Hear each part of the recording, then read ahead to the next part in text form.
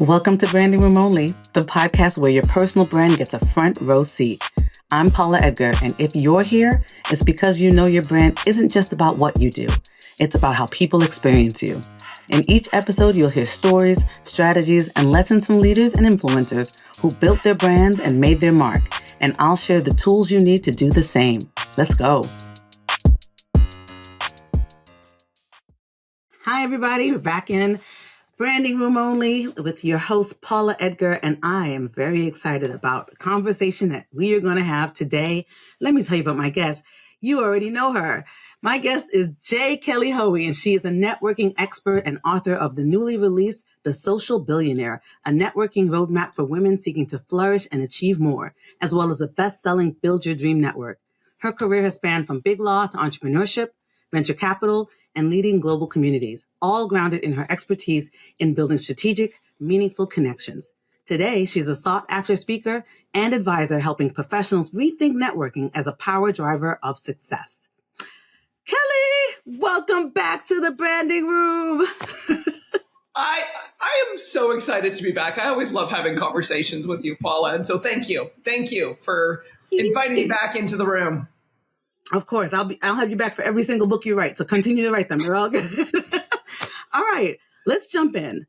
So you were my very first guest on this podcast, and now we're 100 plus episodes in. So we're excited about that. Tell me, what do you think has changed in how you think about networking and personal brand since we last spoke? Ooh, that's a great question to start off with. You know what? I think the principles, the foundational things you and I talk about and talked about before with networking and personal branding, it matters more than ever before because of AI. Right? We're craving authentic connections. We're craving to know it's a human being. And there's just, AI is flattening language. It is throwing more crap at us. And I think, that's, I think what you and I talk about is more important now than ever before.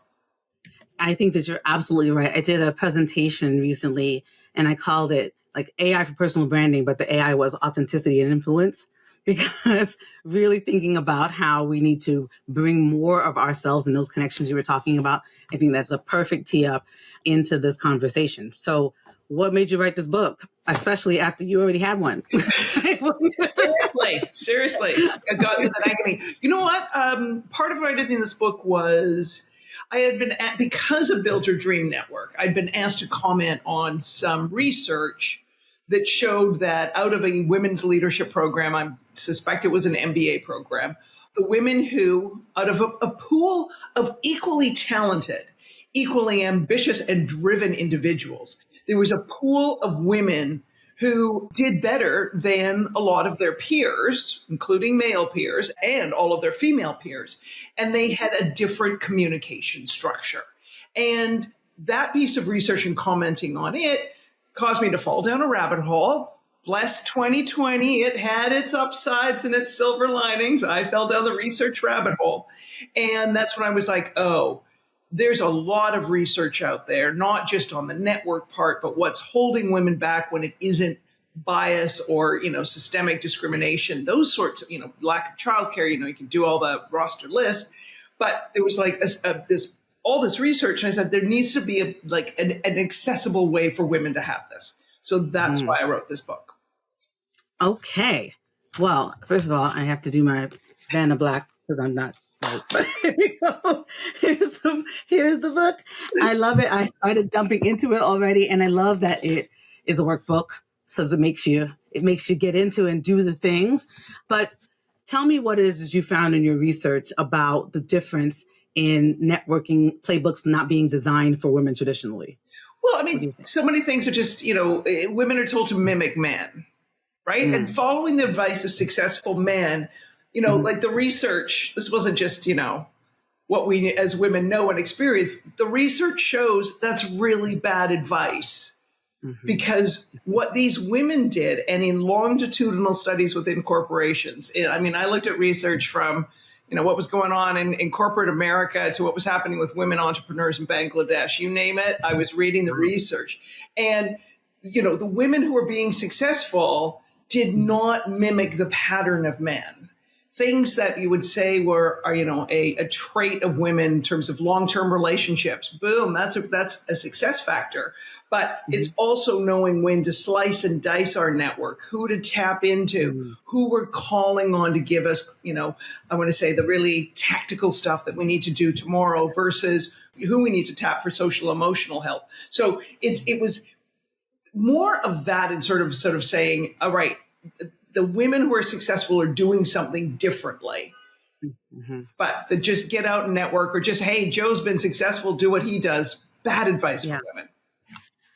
So, I mean, I know a lot of people think that they're, doing the right things when it comes to networking, but they're not getting the results that they're looking for. In fact, I was just on another webinar that I was attending, where like 7 or 8 of the questions from the attendees were about, I'm doing this, but it doesn't seem to be flipping over. Why is it not working, et cetera, et cetera.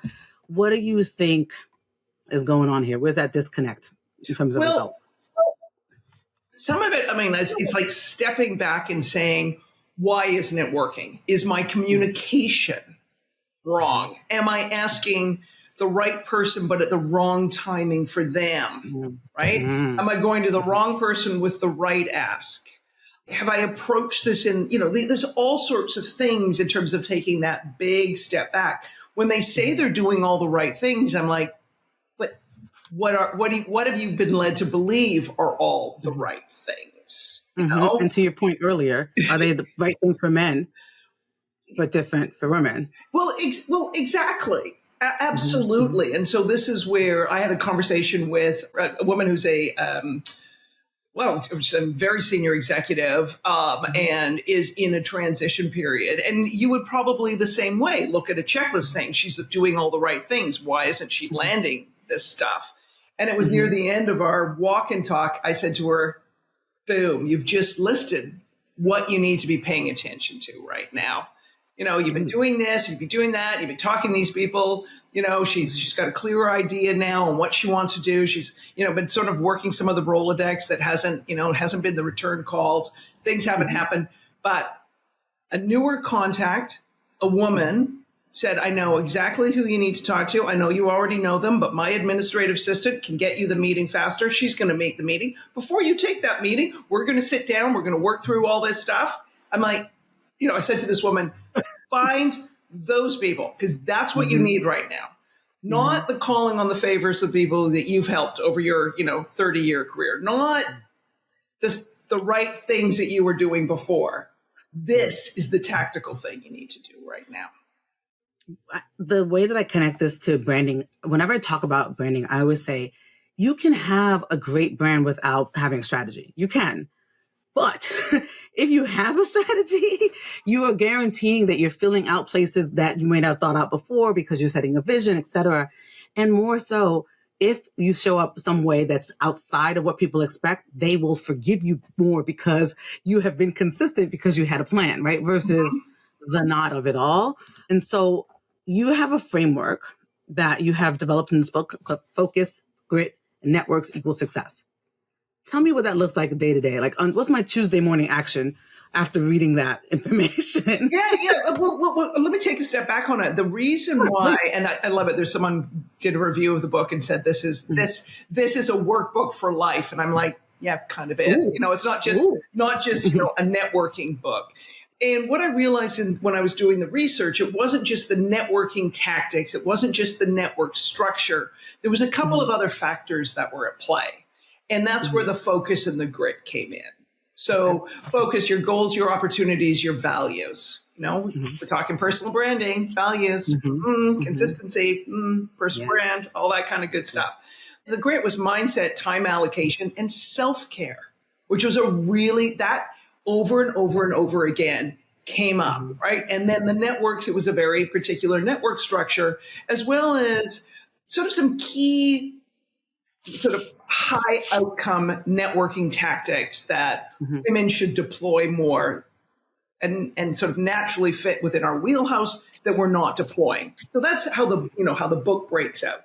So on a day-to-day basis, I'm going to give you an example from someone who was an early reader of the book, and she had like the network she needed to tap for one of her, business ideas was like right there, like walk out the door of her office, walk across a small landing, knock on another door. It was right there. And she wasn't taking that step.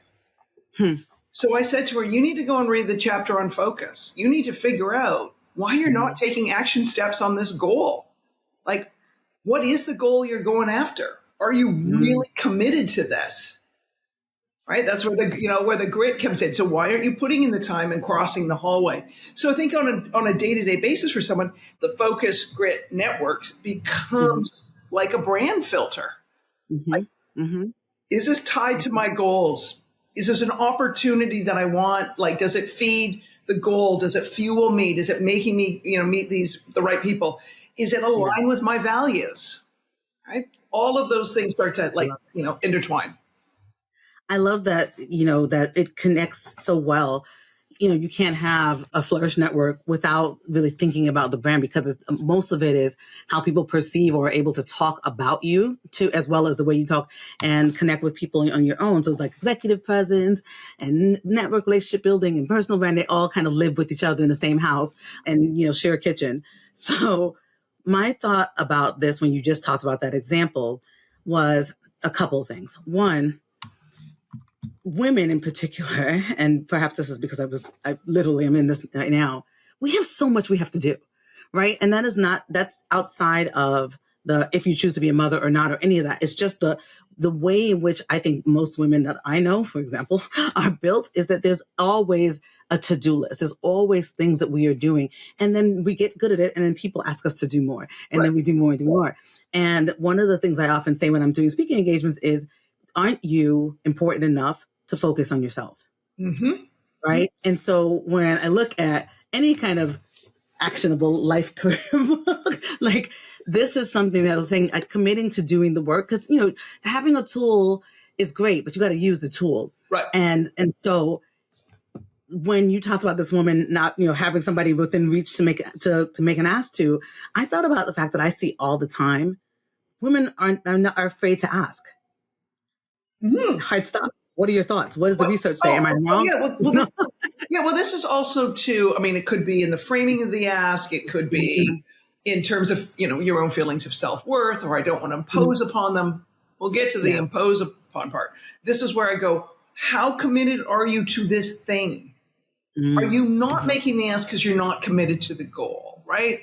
If you're not making the ask, is it because you're is this the right opportunity for me? Okay, well, how do you answer that question, right? As opposed to procrastinating, I feel like you're looking directly at me, Kelly. No. I'm making sure I'm looking at the camera. Like when you said procrastinating, you looked directly at me. Oh no, I feel like, listen, we all hesitate on things and then say, why am I not? And then if it's that feeling of, oh, well, I don't want to bother, because I think that's where we often think with women. Now, if you go down sort of okay, no, I'm committed to this goal and this person's the right person for me to pursue for that opportunity, do all of that. Like, why am I hesitating? Oh, well, they're my good friend. Well, I kind of go to, well, why? How do you couch the ask? Right? Hey, I know we're really good friends, but, and, my product, my service is exactly what your company says it needs. I want the opportunity to pitch you.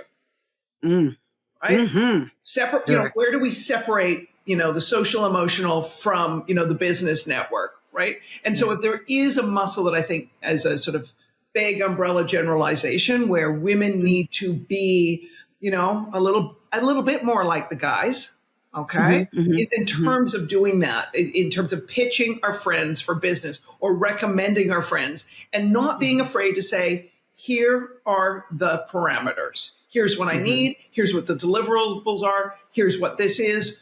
Don't come crying to me if, 3 parts into this approval process that it's too hard, because I'm telling you right now, this is the way my company works. Like being able to have that honest dialogue with each other so we can send the work to each other. I love that. And my word of the year is ask. So I love when I get the universe doing all the things that it needs to do, because I do think that a part of, you asking or making the query, is this something you actually want? Like it makes you do that self reflection to tap into what is stopping me. Is it fear? And then you get into that grit and that mindset. And I am one of the commissioners for the ABA's Commission on Women. And we have a whole research on grit and growth mindset. And we just celebrated 10 years of that initial research.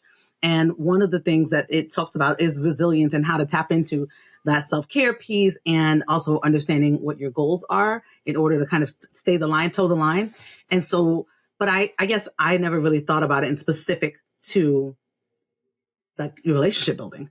I thought about it in success generally, but of course success and relationship building go together, but I didn't think, so I love that you brought that into the framework so people can really think, sometimes it's hard. Sometimes we do got to dig in a little bit. Sometimes we got to tap in. Well, and also too, if you're like, oh, this is, like, why am I not putting in the effort? Right. And then you're like, oh my, we think a lot for women, like our goals shift, right? Maybe it does for men, but we're talking about women right here, but you know what? So your goals shift and all of a sudden you're like, oh, I'm not pushing for that thing because actually I don't want that. Like, why has my grit dissipated? Or I'm really pushing hard on this and you're doing it, like putting in so much effort, but you're stepping back and going, oh God, like where are the other pieces like that are not properly aligned so that my efforts are having the momentum that they should? I love it. So what do you think of the 3 parts of the framework, focus, grit, networks? Where do you see high achieving women getting wrong the most in that framework? Is it the focus? Well, you know what? Some of it depends. I think part of this, and what I say to people is like, this book meets you where you are, right? Love that. For some people, they're going to read through the focus and the grit piece, like boom, boom, boom, and it's going to be on the networks. Yeah. For other people, it might be, oh, I'm going to spend some serious time on the focus chapter because, I don't know what my goal is, right? Or for somebody else, it may be the grit piece because they have been pushing so hard. They're so depleted. They're not using their time wisely. Time allocation was a really big thing with these women. And as I said, self-care. I met this one woman who's I think she was the CFO of a NASDAQ listed company. Like sleep is so important to her. Like literally this woman will not function, but she is so type A driven working. Like it's like the family knows, like literally her husband's like, let's turn off the computer. Let's put the mouse down. Let's power down the technology. Let's power you down. Your bath is poured. Up you go to bed. Like literally, like tucking his wife in, knowing that she cannot do this big job, being CFO, CTO of a NASDAQ company if she doesn't get the sleep. And so it's literally like the family manages this because she'll just keep working till burnout. So it's the book will meet people, but the biggest thing is, I think, more than anything, is people probably will do and spend more time on the network piece. So let's get into that then.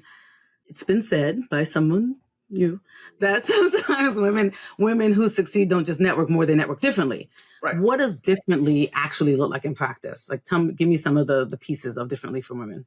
Okay, so the big thing is, and this is about the structure of your network. Mm-hmm. What the research shows is that the high achieving women have a distinct network structure that they're pushing and pulling on all the time. And to keep it simple, they have an inner circle of predominantly women, but not exclusively, who are like-minded, who are likely other driven, motivated in business, in their career, types, who have diverse networks. So you've got this tribe around you who are going to understand the challenges. That they're not going to be like, well, Paula, why are you working so hard? Shouldn't you be, they're not questioning your grit. They're not questioning your mindset. They're not questioning why you're pursuing. They get it. And they're giving you hard feedback or opening doors or saying your name behind closed doors. They're making introductions to get you where you want to go.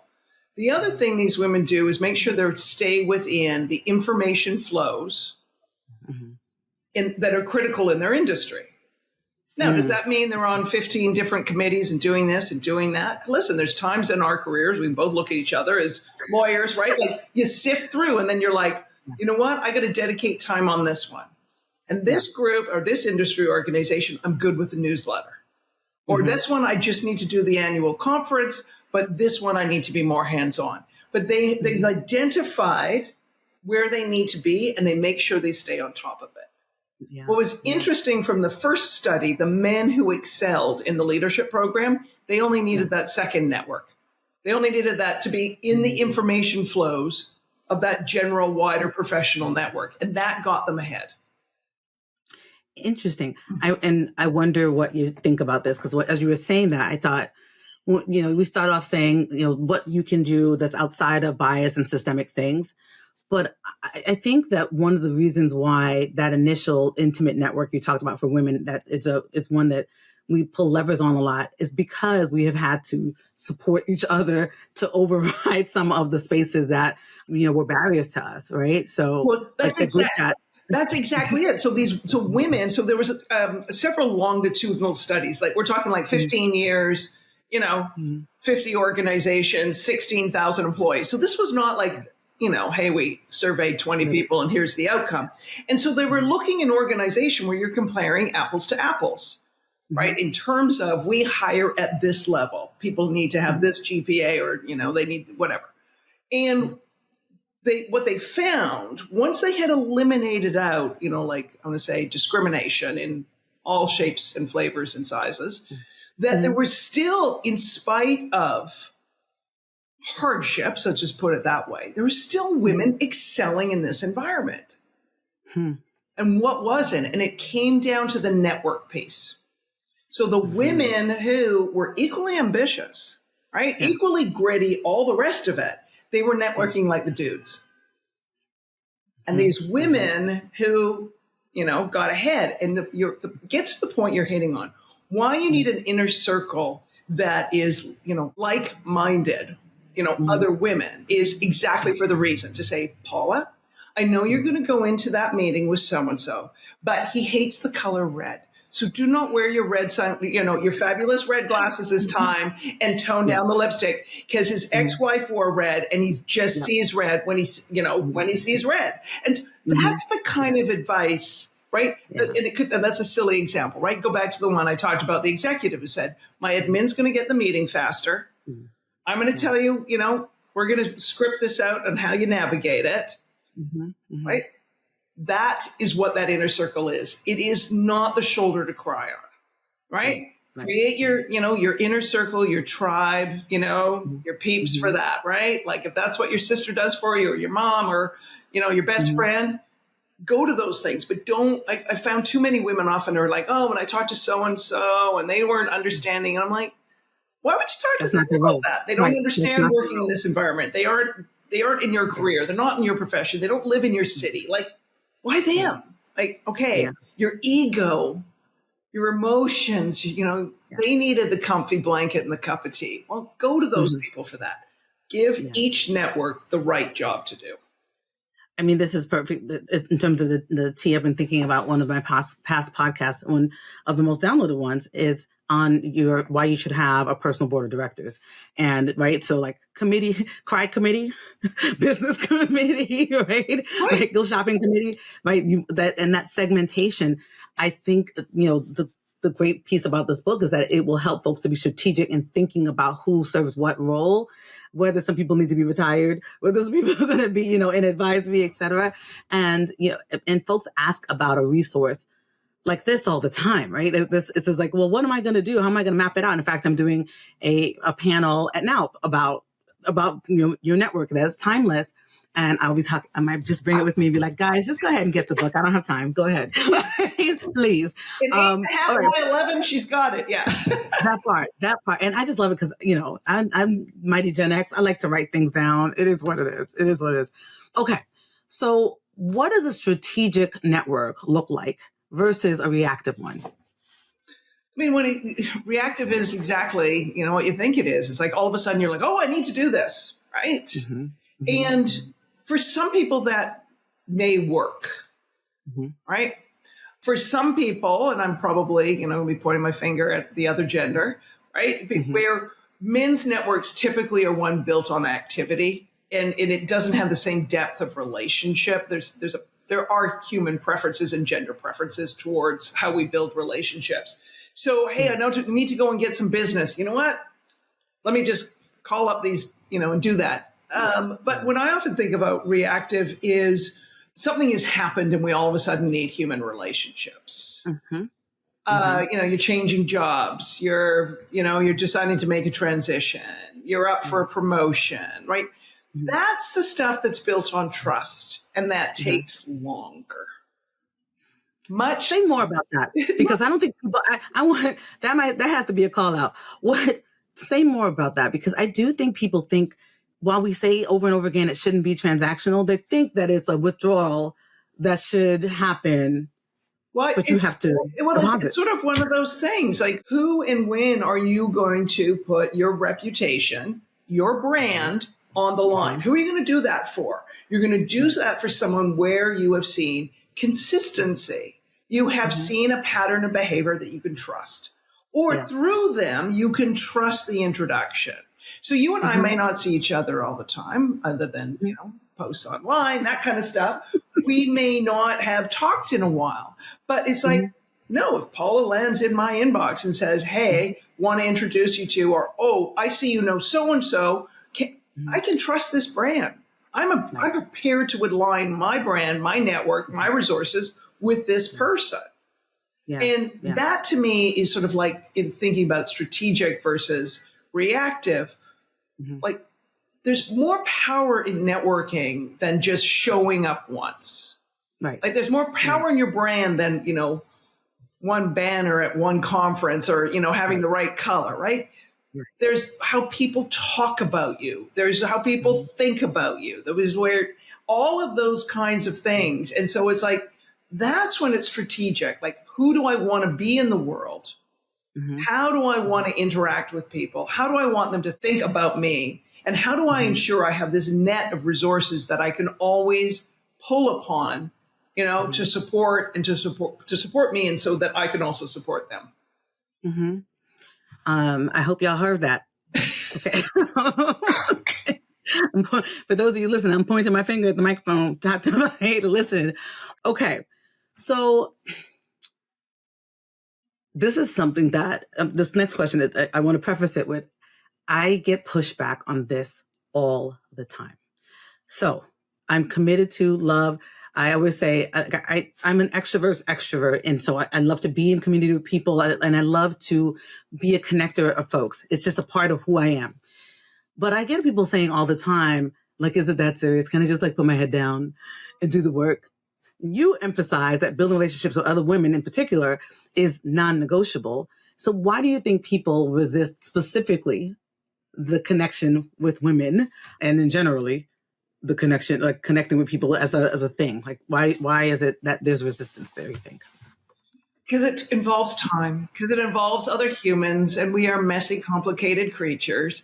And, as someone else who's also, Gen X, we, drank the meritocracy, Kool-Aid years ago, and we'd like to, I'm just going to be picked for my work, right? Or my work's going to speak for itself. And God bless, that would be lovely. But the fact is, our work speaks for itself because other people are talking about it. Other people are using it. Other people are spreading the word. They're saying you need to work with, you need to read, you need to do whatever. And that involves having conversations with other people. Oh, yes. Oh, yes. Yes, yes, yes. So what do you think is a networking habit that people have that they think might be helping their brand, but is actually hurting it? Or I'll edit the question. Just tell me a networking habit that people have that is hurting their brand. What's hurting their brand in terms of networking? You know what? Like right now, and I think because, one platform that's, I'm thinking digitally, let's go digitally first, right? LinkedIn is really powerful for professionals right now. And too many people are relying on AI to write their posts, and it's flattening their language. I can just see visually that this has probably been written by AI. If I see architecture or performative in the first 3 sentences without scrolling, I know it's been written by AI, and that's diminishing your brand. Yes. Because I'm not reading the post. So even if you did have something valuable to say, I'm not reading it. Right. So I think there's that. And then I think in terms also of networking, people not understanding the resources they have. So that network audit, which is chapter 2 of the book, like That's why it sits there at the front of the book. Mm-hmm. Mm-hmm. Right? Like understanding what resources we have, understanding what networks we already have, understanding our own sort of role in this life cycle of building all of this and how we have either contributed to it, right? Or are contributing to it, or we all of a sudden we can go, oh wow, I got way more support and way more stuff here than I thought before. And now I can approach this networking thing differently. I will just chime in and answer the question myself too. Following up is the F word. Yes. That pisses me off every single time.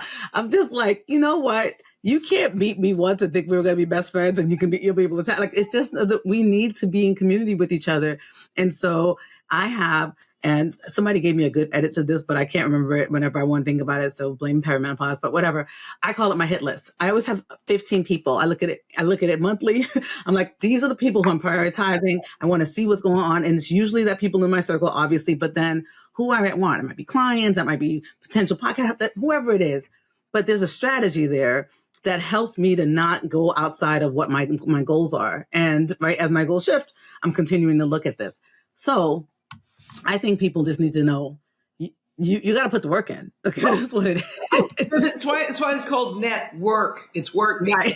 It's like there's effort involved. There's going to be, as my pal Susan McPherson says, there's friction, right? Because you got to put in this effort, and you got to think about someone else, and it's some of it is kind of difficult. It isn't just, every once in a while it glides through easy, or it appears to. But if we actually peel back years and layers, right? Sometimes there is absolute happenstance and serendipity, right? Right place, right time. But probably it's because you're really clear on what you need and what the value you bring. Yeah. And you can state it to someone who goes, oh my God, that's exactly what I need.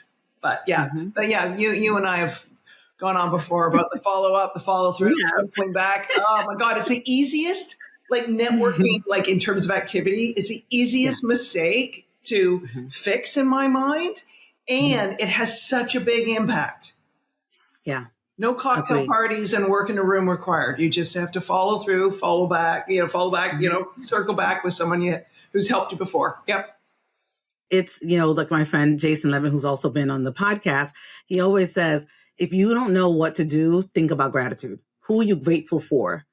Right. And it could be a long time ago, it could be recently, but to start there because it'll help be a catalyst to reaching out or connecting with other people. And I found that to be a really great strategy where I'm just like, what good things happen? What am I thankful for? And then it starts me, kicking in. But I also love a note that's just like, you ran across my mind. Yes. I saw your LinkedIn post and I just wanted to say hello. Like, it doesn't even have to have a lot of weight to it. It just has to say, I cared. I thought about you, like the humanity of it all that we started out talking about. Exactly. I remember this time, or I saw this article, or I, thought about whatever. Like, you're absolutely hitting on it, sort of the sociology of us being, human beings. Because, so many times people will say to me, oh, but what do I say? Well, it's like, I don't have your lived experience with this person.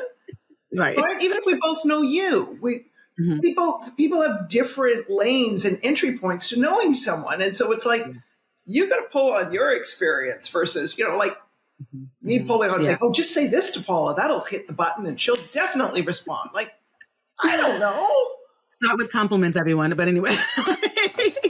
So do you think that COVID and sort of the experience of being in the pandemic, made this even more a high priority in terms of people not being able to people well?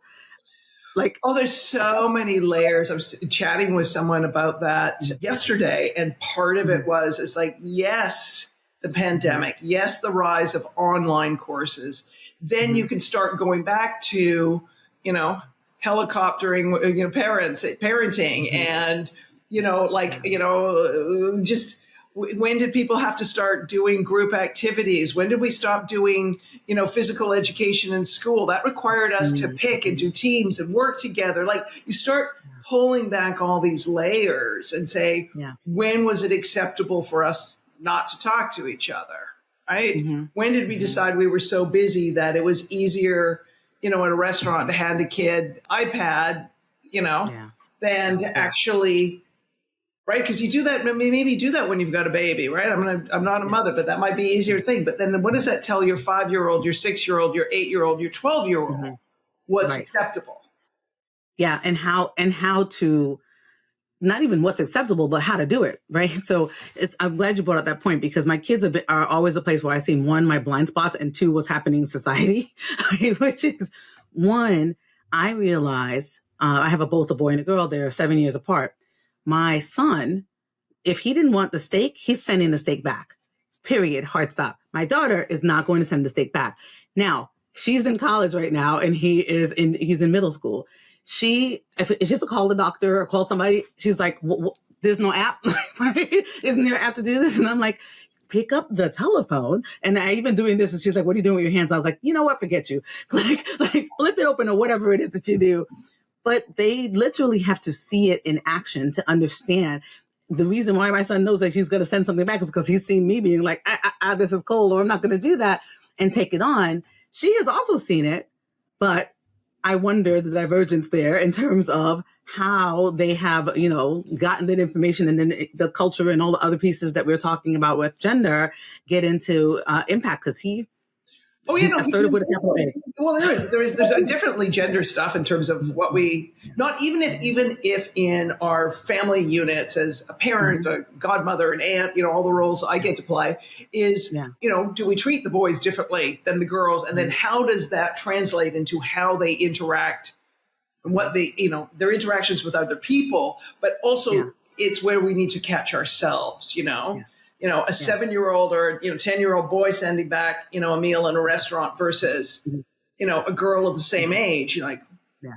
We can probably already have the little thoughts in our man. Look, he knows, he can speak his mind. Well, she's just going to turn into a little bitch. So there is that element where we can, even if we are fighting against those stereotypes and those gender norms ourselves, we got the rest of the world. We don't have to pass it down. We don't have to pass it down. The rest of the world who's still thinking, and doing these things, but it makes it really hard. But I think anyone needs to think, all right, where am I? Creating opportunities for people to interact in a way that doesn't involve this. I was listening to a podcast on it, but my friend Joanne Trombracos wrote a great piece on. She teaches at NYU. She writes on marketing and sales and pitching and all this great stuff. But she was writing her students, who are much younger than Joanne, much younger than me. They've been obsessed with Love Story. The series, that television series about JFK Jr. and all this kind of stuff. And it was sort of this whole idea of, moving through the world without this thing, right? And how did people interact? And so listening to the New York Times podcast about it, and they're saying, people are, younger people who are now obsessed with this are like, let's go out to this restaurant and talk. Let's go and meet at this corner, and let's not bring our phones. Let's do. And so I think, I think there's so much we're turned off by that we'll slowly and awkwardly find our way back to doing this. I think that you're 100% right. My husband and I, we really try, when we go out to eat, we're like, okay, let's put the phone down. And then we'll say something like, well, let's go search it. And we're like, oh, we're going to put a phone down. It's a muscle that we have to exercise. But so much so, another friend of mine, Amber, who's been on the podcast, she has conversation cards. And I'm like, let's bring the cards with us. Right. Just so we're getting back to a space where we're getting analog to get out of the digital space that we're in so that we can connect better, which is ironic because we've been there, done that, but you still need the human connection, which is where we started in the conversation. Now, you talk about wealth hiding in plain sight when it comes to relationships. What are people overlooking right now? Where is that wealth hiding? I need to know because I need time. Well, you know what? You're going to do that. You probably started to do it, but you're going to do that audit in chapter 2 of the book. The other reason for putting that chapter at the beginning of the book, even though the networking piece is until, chapters 5 and 6 of the book, is you do this audit and you think, I don't have anything. And, I don't, whatever. And then you're like, oh, here's where I'm making a mistake, or here's where I'm over indexing. But, as we sit and ruminate on these questions, and that might be overnight, it might be hours later, it might be weeks later, we're like, oh, Oh, I Mm-hmm. know these Mm-hmm. people. Oh, I forgot Yeah. about that network. I forgot I did that job and I know those people. Like Mm-hmm. that's the wealth that's hiding in plain sight, Yeah. right? Yes. We're so fixated with networking that we have to meet new people. No? Mm-hmm. Yes. Prince Charming comes running in to save the day, our knight in shining armor, whatever it is, our rescuer with a network. If I just met that perfect person at that cocktail party, my investor woes would be solved rather than saying, oh, I might already have that. Right. Who's already in this space? Even when you were saying that just now, and I did start, but I was not gotten, just being able to think about the different segments. And the funniest thing for me was, I have my own business. I'm always in a business development mode. I would say you eat what you kill. So I'm hungry all the time. I'm going to kill everything. All that, right? Engage your hustle. But one of the networks that I have that is probably the wealthiest, literally, I went to boarding school with a ton of people who were wealthy, and I never tap into it. And I was like, Paula, what is going on here? Now, again, I'm aligned with go to alumni things, but I don't think about it, or I hadn't, I should say, because now I am, thought strategically about how to manifest and connect the connection of going to the one same school with how do we collaborate with each other or even get to know each other more if we weren't there at the same time. That when I thought about this question, I was like, yeah, that's literally Yeah, and this is where I flip, two things I would say in terms of flipping things is like, why are you you may be the solution to their problems. Right? This is like, you may make one of them look really good because they're like, say to someone else, oh my God, I went to boarding school with this gal and you need to work with her. Like, woo, like why are you depriving them of that? I mean, the other piece on this is kind of the research where, it's this funny lopsidedness, in that we hesitate to ask, right? Mm-hmm. We've got all these feelings of self-doubt and what happens if they say no? And then we're all going through our head. And we forget the flip side. How much do we love being asked? Mm-hmm. How much do we love helping someone? And so the other piece on, tapping those networks is, why are you depriving someone of that feel-goodness? Yeah. Yes. I love that. I love that mindset shift too, because, and it's also, when people talk about strategic self-promotion, people are like, oh, I don't want to talk about myself because I don't want to be braggy. But it's like, if they need what you have and you don't talk about it, then they won't know. Right. Hello. That's exactly it. They will not know unless you say, like, I am the solution to your problems. Like, let me jump in here. How has writing this book changed how you show up in your own relationship or your own brand? You know what was really interesting on this one is this one really allowed me to be Kelly. And in the sense that everything you see when you get this book from, the design, the layout, that's all me. I worked with an incredible book designer that I hired. And this one, chose to self-publish it because it was like, this is what my vision is. Mm-hmm. This is what I want it to be. This is how I think this material needs to, like, I wrote the book and I started writing it, kind of in traditional, like, nonfiction format. And I was like, oh my God, I am bored writing this. How's anyone going to want to read it? So I ripped it apart, reorganized stuff. And this has been worked. So in many ways, I'm like, this in terms of the difference between the two books, because of this format, I'm like, this one really allowed me to be me. I love that authenticity. Even when you're talking about it, you're like beaming. Okay.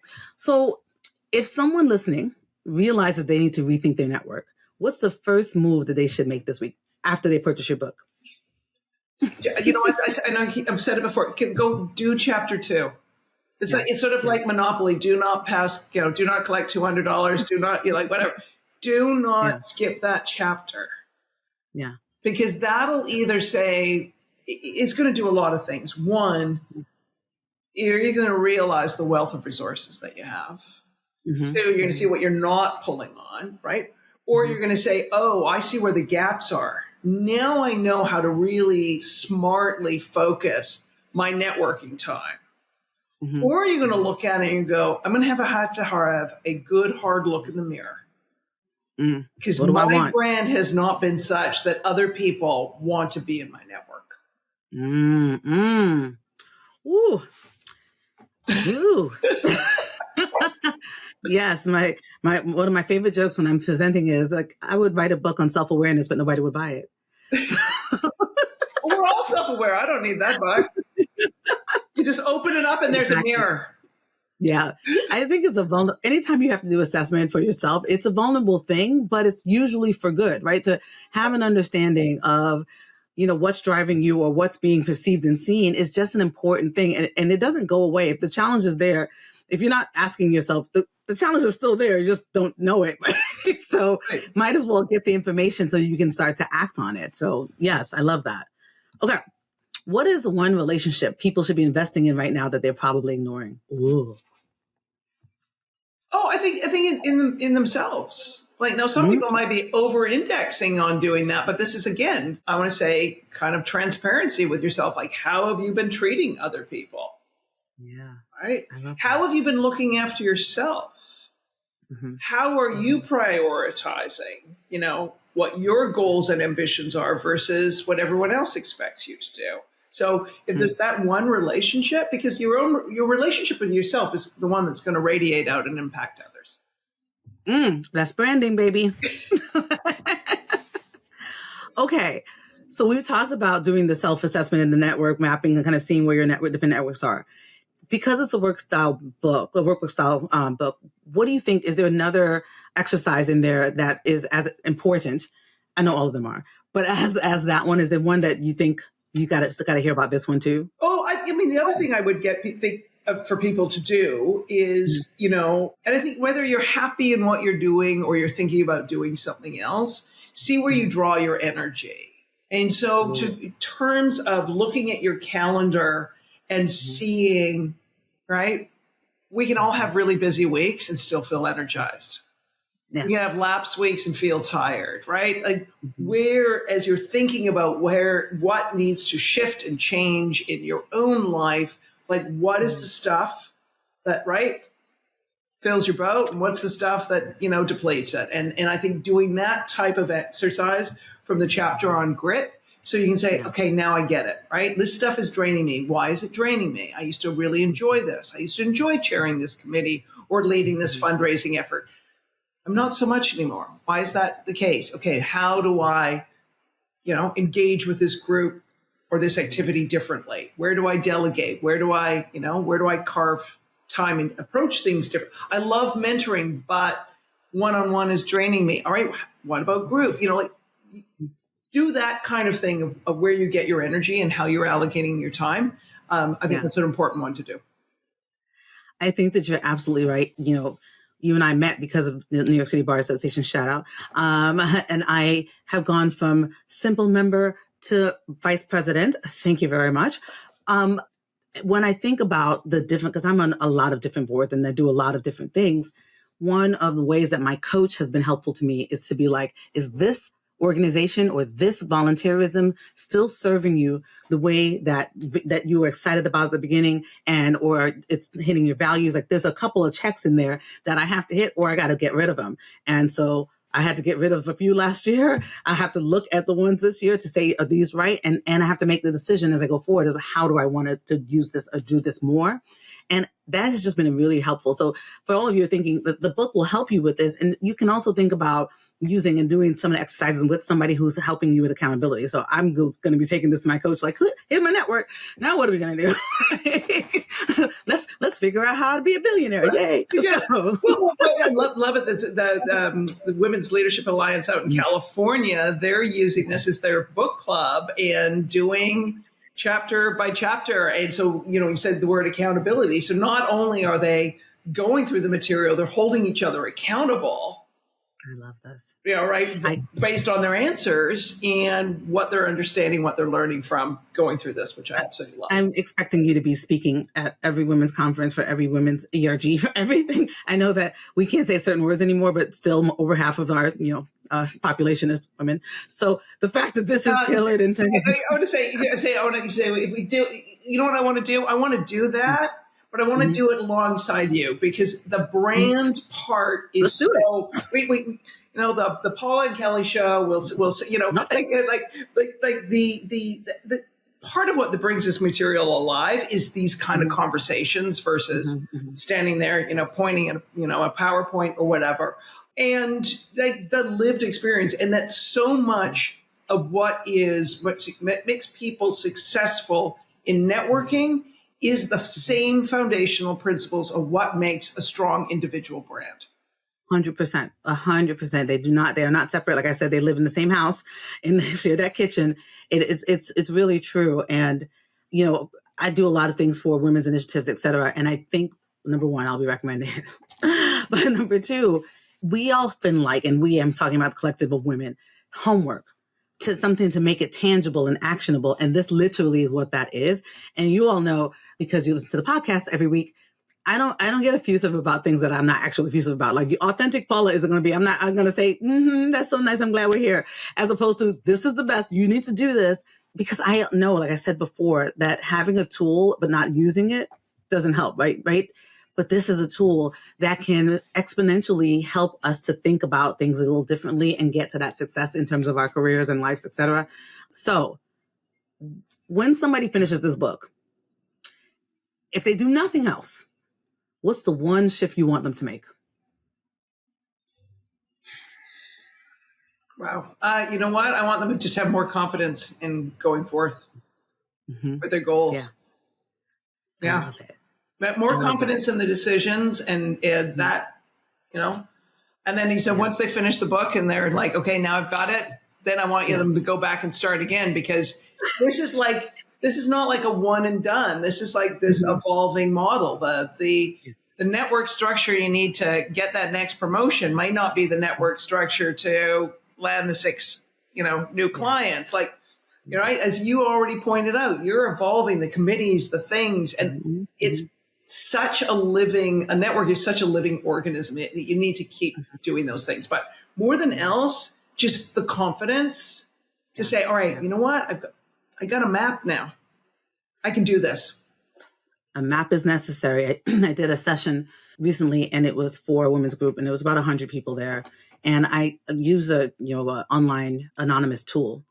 And so people can ask questions if they don't want to raise their hands. It allow the elephant not to be in the room, but to be trumpeting. And I would say 60% of the questions were about confidence. And so much so that I decided I was like, I have to do a podcast just on confidence. And I decided to do a series of it. And one of the first things I did was to say, like, is it a confidence issue, or is it that the confidence is leaking because of some of the things that you're doing, because of how you're not coming? And the response was ask the wrong person in your network, and your confidence gets a knock, right? Right. One of the examples, in this book, as in Build Your Dream Network, is, a friend of mine who's, she's now back at PwC, but she had been going up the ladder at PwC. She was going to be one of the youngest partners, all this kind of stuff. And she realized that's not what she wanted to do. And Val is so just intuitive and natural in doing these things and understanding who she needs to ask. And then she realized the people she was asking about doing something differently were too invested in her succeeding in the role she was in. And so if she hadn't had the understanding that I need to find a different tribe, I need to have having this same conversation with a wider group of people, she may have just her confidence to step out of what looked like a sure path to success would have been blocked because, mom, dad, aunts, uncles, family members, all well-intentioned, but scared of you making the wrong decision. That's a blow to your confidence. That's such a really good point. And I just wanted to double click on that in those contexts, but also in thinking about, whatever that quote is, that you're the sum of the people who are around you, there's some quote like that. Somebody will find it and put it in the show notes. There's also sometimes people who are invested in you being stagnant. And so it's important to also have a look at, are the folks who are, we talked about it in a circle, are they driving you or are they not? My therapist says growth begins with confidence. So you cannot be comfortable. You have to be a little uncomfortable. And sometimes people are invested in you just staying the way you are. And so you have to, I love that you said that the person who needs this most is it's got to talk about you. What's the you part of this? Yes. Well, as usual, our conversations go by way too quickly, but I have one question for you before we end, which is this. What is one thing about how you build relationships that you will never compromise on? I invest for the long term. Always for the long term. Well, we are proof of that. And so I am so happy that I had to have you on my podcast again and that you've got this fabulous, hold that again, new book for everybody. I thought you'd like the Tiffany-ish blues that are. I love it. Y'all, you got to see it. I love it. I love the font. I love the shadow. I gave it a good look. I was like, okay. Cause author is still on my list. So we're getting there. Everybody tell a friend to tell a friend who needs to think about their network a little bit better. And they do. Forward this to them. And remember always to stand by your brand. Bye, y'all. That's it for this episode. Appreciate you hanging out with me on Branding Room Only. Now, please do me a quick favor. Head over to ratethispodcast.com/branding so more people can join this conversation. And make sure to stop by paulaedgar.com/events to see what's next. Whether I'm live, online, or in person, I'd love to see you there. See you next time in the Branding Room. And until then, stand tall, shine bright, and always stand by your brand.